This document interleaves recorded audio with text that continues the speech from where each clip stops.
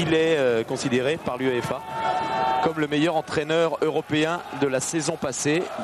Oh attention, attention à ce ballon, et c'est Sigan sur ce centre de Nakata qui écarte le danger. Luigi Sartor, un petit peu de terrain devant lui pour accélérer. Luigi Sartor, il s'en prive pas, mais là derrière c'est pas très bon. Pichot, oui, celle-là elle est bonne à jouer pour Jason Boutoil face à Cannavaro dans la surface, et arrivée de Bruno Cherou dans la surface à son tour, et il est contré l'extrémiste par Mathias Almeida. Maintenant il va falloir venir défendre. Il faut défendre maintenant, et c'est bien fait de la part de Stéphane Pichot et de Sylvain Ndiaye. Boutoil, nouvelle poussée lilloise, la frappe de Boutoil et l'arrêt déterminant de Sébastien Frey. Oui, qui heureusement pour lui n'avait pas anticipé sur le centre et avait été très vigilant. Ça réveille le public de Grésmont-Pré-Joris et tous les gens dans l'île qui se sont massés devant des écrans géants, parce qu'il y a une énorme popularité derrière le LOSC, ce LOSC-là qui reprend des couleurs. Pichot. Qui sait s'il ne faut pas mettre du rythme justement pour que Lille, pour asphyxier un petit peu les Italiens. Chériou à son tour. Bonne sortie impeccable de Nestor Sensini. Nakata Junior. Ce match est en train de prendre du volume, et drôlement. Nakata, stoppé par Fernando D'Amico. Ndiaye, long vers Jason Boutoil, et un peu trop long.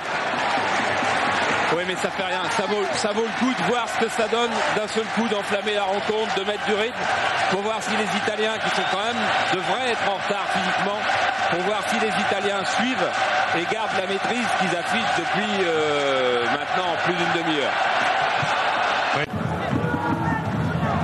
Oui, pressing un petit peu dispersé. La ligne Boutoil, Cherou, Bakary a été passée en 2 passes.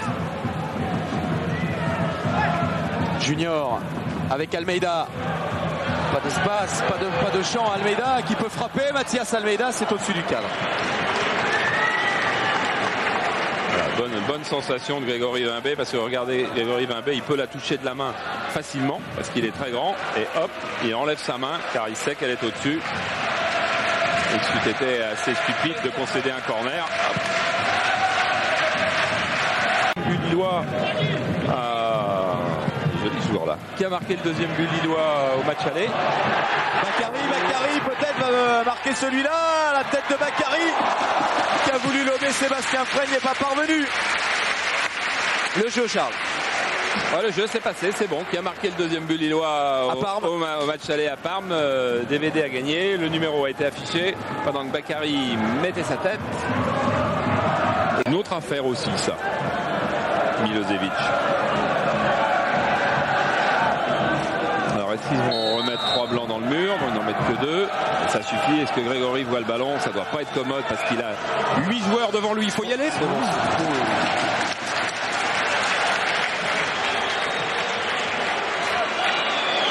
Ouais, Sabri Labouchi va faire son entrée côté Parmesan. Milosevic enveloppé comme ça, il en a mis des dizaines et des dizaines.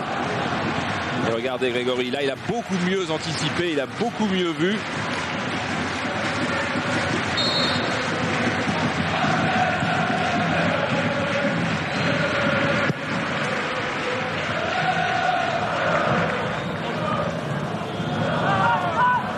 Sigan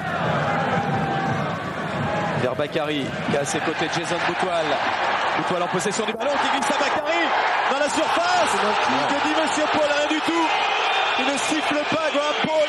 Il faut se relever, Nagui. Il faut se relever, il faut aller défendre maintenant et ne pas subir le contre Parmesan. Et on passera au ralenti avec Fred dans un instant. Oui, qui devrait vraisemblablement conforter la décision de l'arbitre anglais. Enfin, il y avait un bon mouvement. Eker impeccable, ça c'est bien ce que fait Johnny Eker, c'est super, il y a de l'espace, il faut continuer Johnny, à ses côtés Sylvain Ndiaye. Et il faut attendre du renfort. Le centre, oui, oui.